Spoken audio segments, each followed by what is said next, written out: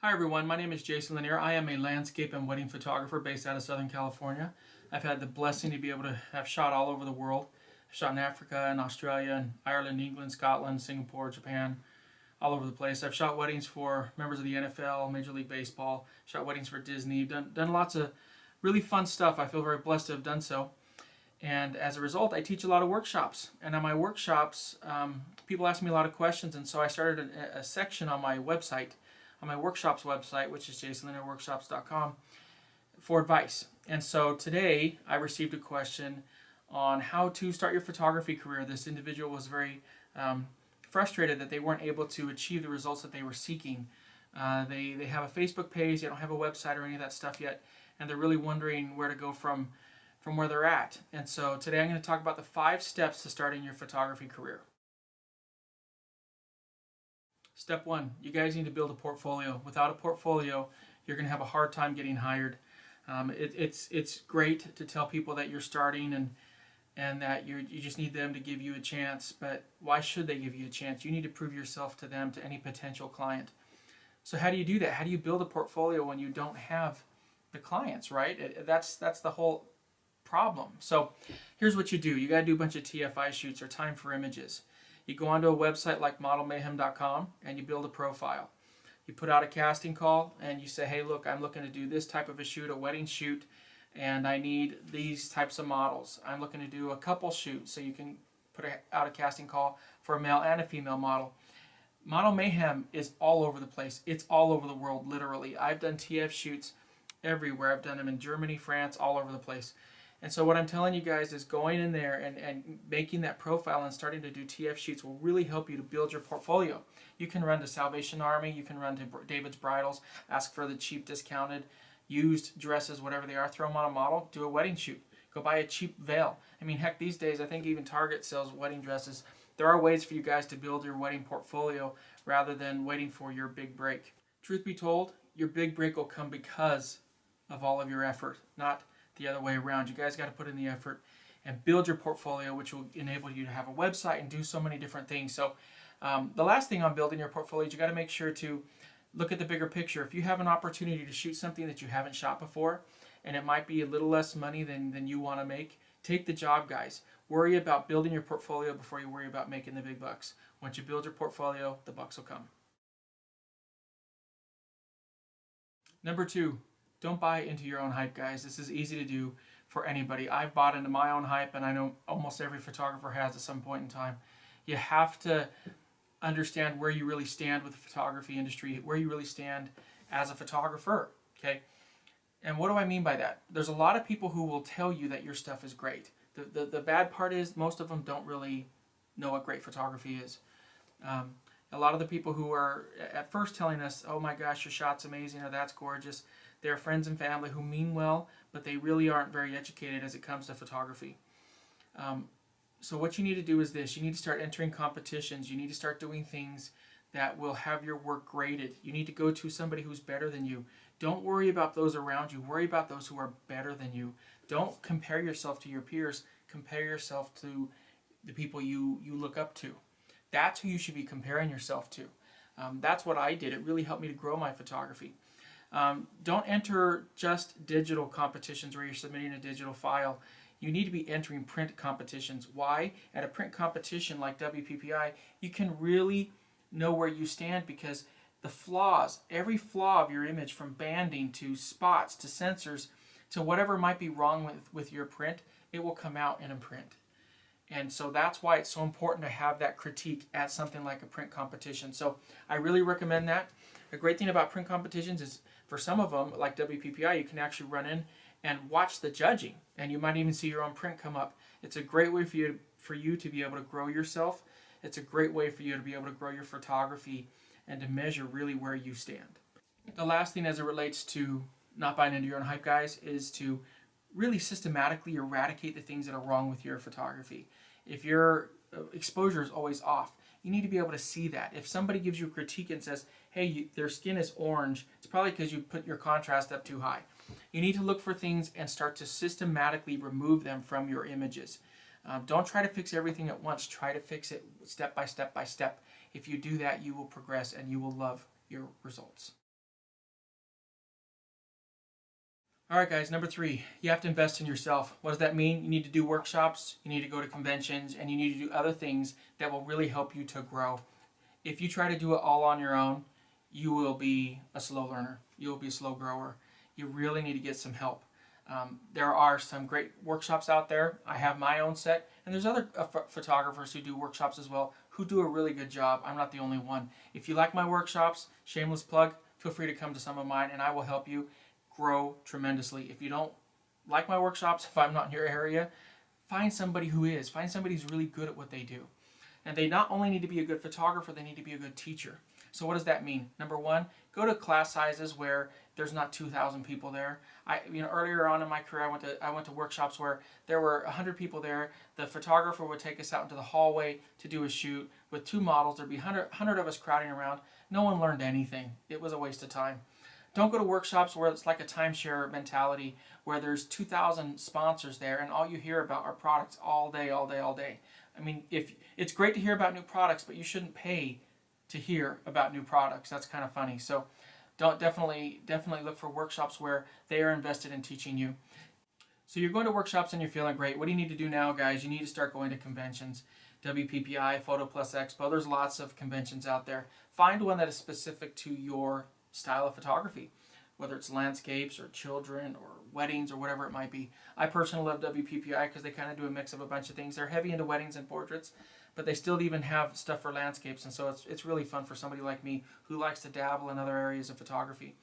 The conventions are fantastic. They'll open your eyes. They'll inspire you to other things that exist out there. You'll meet and see things that you don't think exist, and that's really an amazing thing when you're able to be exposed to those different ideas and those different passions that exist out there. So going to conventions is critical to your growth experience as a photographer. While you're there, you need to go to the trade show. The trade show is fantastic, guys. And yes, it's a ton of people trying to sell you stuff, but guess what? You will have more exposure to more products. You'll be able to hold them, touch them, feel them, play with them live, rather than on, going on to some online video catalog or some online store where you really can't touch and see and play with these things. So the last couple of years, I haven't even been going to the classes at these conventions. I've been going to the trade show and seeing what's up with the rest of the industry. It's a great way for you to get some exposure, for you to find things, and for people to find you. So I really highly recommend that. Step 4, invest in gear, guys. If you're not investing in gear, you're going to have a really difficult time being successful. There's that old saying of it's not the gear, it's the photographer. It's not the camera, it's the photographer. Certainly, the photographer matters, but the gear matters too. I mean, Steven Spielberg is one of the most highly acclaimed, filmmakers of our time. He doesn't shoot on a camcorder, guys. He uses really good equipment. Good equipment matters. So what does that mean? Number 1, you stick with your camera manufacturer. Use the lenses, the flashes from your camera manufacturer. It's nothing against the good people at Tamron or Sigma or whatever else, but it's just not as good. I've used it. Because I teach workshops, I see the other students using the off-market brands. The stuff just doesn't work as well. The lenses are noisier, which matters if you're shooting weddings. There's just a lot of things. There's distortion at the end of the barrel. With the flashes won't program nearly as well. If you're using off-camera triggering systems like Pocket Wizards, they will be more problematic with the off-market brands like Nissan or whatever else as it relates to flashes. So I definitely recommend that you stick with your camera manufacturer. In regards to the essential gear, you guys need a wide-angle lens, you need a zoom, and you need a prime, okay? I personally, the 3 lenses that I use more than anything are my 16-35, my 28-300, and my 105mm macro. Those lenses are invaluable for me to be successful. As it relates to a flash, you guys definitely need the external flash. The pop-up flash just will not cut it. Get an external flash, save up the money, and get the one that is made by your camera manufacturer. Video lights. Guys, video lights will change your photography. I've used all sorts of different types of video lights, and as a precursor to my statement, I am sponsored by Rotolight. I love them, and I don't use anything else. There's a reason why I'm sponsored by Rotolight. I sought them out before a sponsorship was ever done. I love their lights. They are amazing, so definitely go out, get some Rotolights. They will change your photography. They will be able to give you such a wide spray. Let me show you one. You can take it here, and you can, if you look at the wall, the fall off on this is fantastic. So that's my little plug there. Get some Rotolights, they're amazing. Last but not least, guys, get a full frame camera. If you're able to afford it, get a full frame camera. It is so much better than a digital crop camera. And the reason I say get it is because it's going to affect the lenses that you buy, because there are specific lenses made for digital crop or for a full frame camera. So you're going to want to get the ones that are made for full frame, which means you need to get a full frame camera. It makes a difference with ISO sensitivity, with resolution and everything. All these stats they throw out are pretty meaningless as it relates to, like there's this 41 megapixel camera phone right now. It's a joke.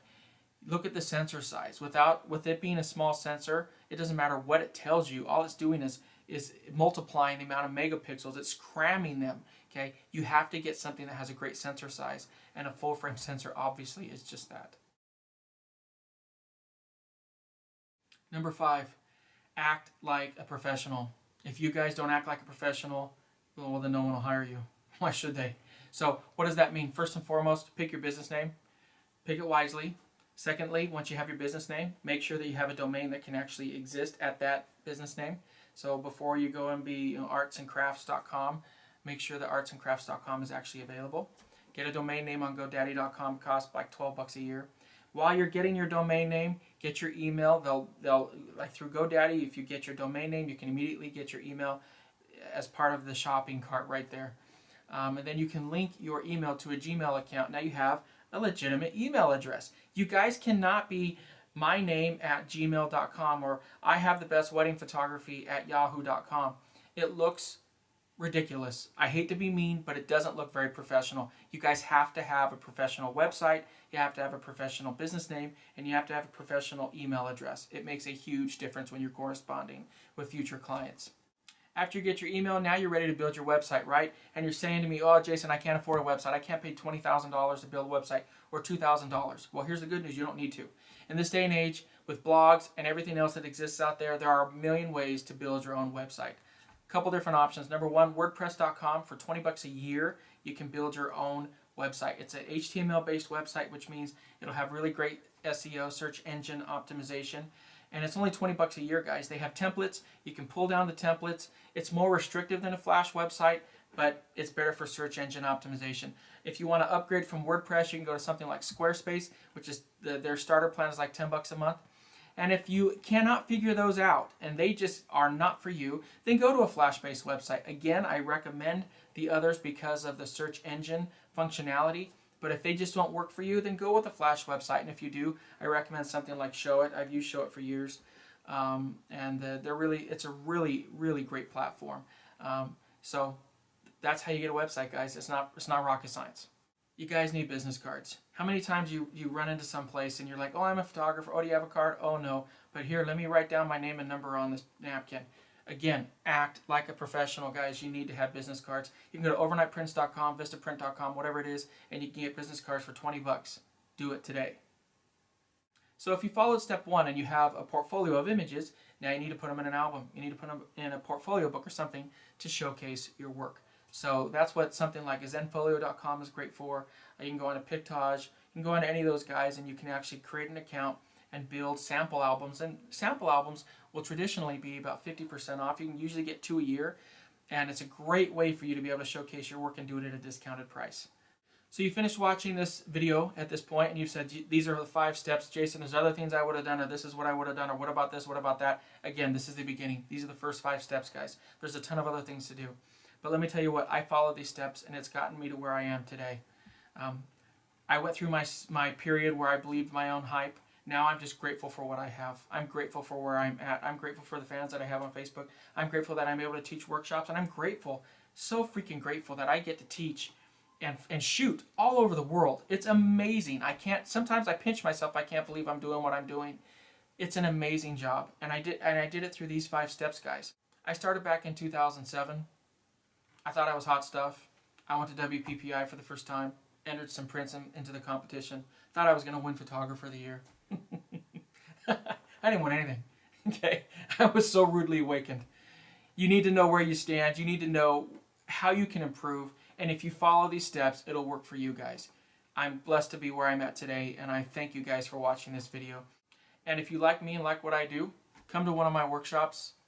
They'll change your life. They're really fun, and there's no BS. Till next time, guys, keep shooting, never give up. And remember, once you're in front of the camera and you're in front of your client, You only have one chance to get it right. Talk to you later.